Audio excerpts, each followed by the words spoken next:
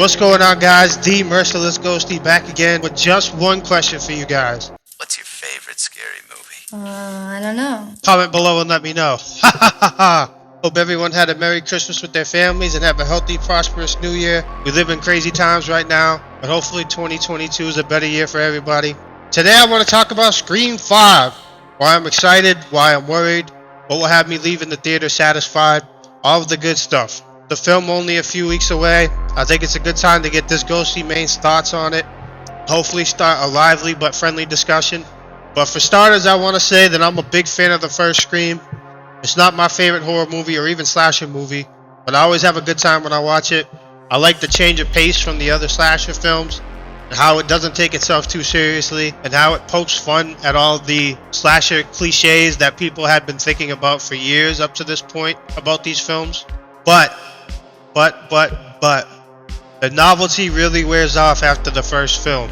They repeat the same formula in the second film, in the third film, in the fourth film. I'm not going to talk about the TV series because I think it's absolute trash, in my opinion. But in the films, there's two killers or a killer, mostly two, and you're kind of guessing, but you're guessing as who they are. It's going to be one of us, but we're not sure. The characters kind of poke fun at whatever the current trend in horror is, and it's just wash, rinse, repeat in the second movie, the third movie, and the fourth movie. So when I go back to watch Scream, when I get the urge to watch Scream, I really only watched the first one. I don't get the urge to watch the other sequels, but I am going to be reviewing them all just for context and to give the whole series a fair rating as a whole. But I really want them to go in a far different direction in this movie, which brings me to what I'm worried about with this film. And that a lot of what I just said is that it's going to be just a lot more Scream stuff. Much like they're doing with Halloween and Jamie Lee Curtis as Laurie Strode right now. I think they've gone to this well with this OG cast far too many times. There's no more meat on the bone in terms of story left. I mean, I love Sidney Prescott as a final girl, but I mean, how many people are after this one girl? Seriously. How many people has this girl's family pissed off where it just becomes ridiculous and not believable? I know it's a slasher movie, so you kind of have to suspend your disbelief a little bit going in, but it's getting a little ridiculous at this point.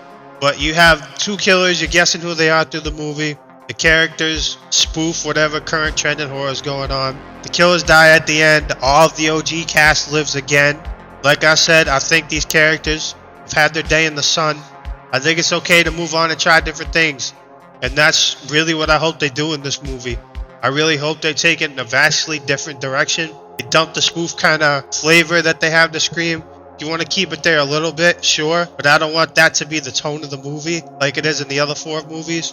I want this to be a tense, scary slasher film, an old school style slasher film. But my biggest fear is just going in and just feeling like I just watched the same previous four movies over again.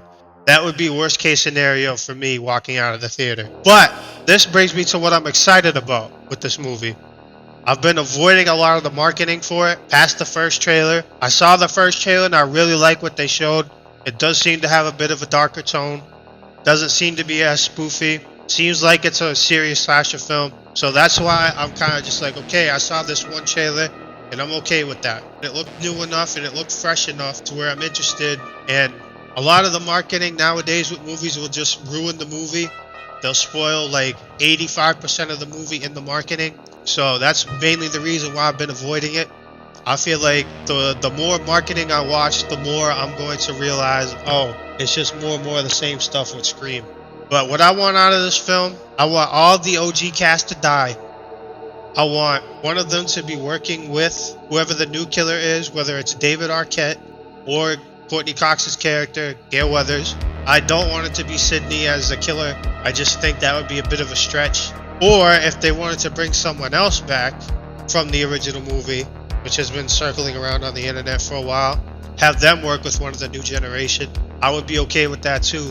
But I want one of the OG cast to be working with one of the new killers, double cross Sidney and whoever the other one is, and then you get to a point where the second killer gets double crossed. So let me say it like this. Let's say Dewey, David Arquette's character Dewey, is working with one of the newer killers. He double crosses Sidney, double crosses Gale. They both die, and then Dewey gets double-crossed by the new killer. The OG cast dies. Some of the new cast lives. Ghostface lives. So we go into the next movie knowing who Ghostface is. There's no more guessing. There's no more spoof. It's just a straight-up serious slasher film. And you can make it to where either they're hunting down Ghostface or Ghostface is hunting them. I'm just kind of thinking of this on the fly, so I would have to kind of flesh the story out. But picture this. You go to see the movie with your girlfriend or boyfriend, expecting a typical Scream movie. You guys are there with your popcorn, whatever snacks of choice you like. The film opens with the horrific death scene that sets the tone for the movie. You're like, oh shit, that was actually pretty intense and scary. Much like the opening scene in the first movie was with, what's her name? Drew Barrymore's character dies. But after that point, the film really loses any bit of tension that it had in that first scene. I do enjoy it, and I do like the lightheartedness, but the tone really just kind of drops after that. I want this movie to keep the tone up and make it like an old style slasher movie. Imagine that. One killer lives after double crossing whoever they were working with of the OG cast. All of the OG cast dies, and you get some of the new blood that come in, and you get one more movie where everything kind of wraps up with this story, and then maybe make another movie down the road, or maybe just let it sit and let it rest. I think either or would be fine, but I would really like for the OG cast to die. I really don't want to go back to this well again. But now that I've woken up from that dream, and I know that I'm likely never going to get that, love to know your guys' thoughts on the film. Are you excited? Are you nervous?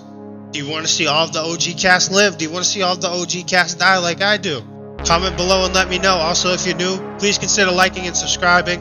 Help my channel grow. It's a group effort. We want new people to come chill with us. Then liking, sharing the video, commenting, engaging helps bring new people, as YouTube will recommend this to new people as the engagement gets higher and higher and higher. But that's going to do it for this one. Hope everyone has a good day. Happy New Year. I'll see you guys again soon. Peace.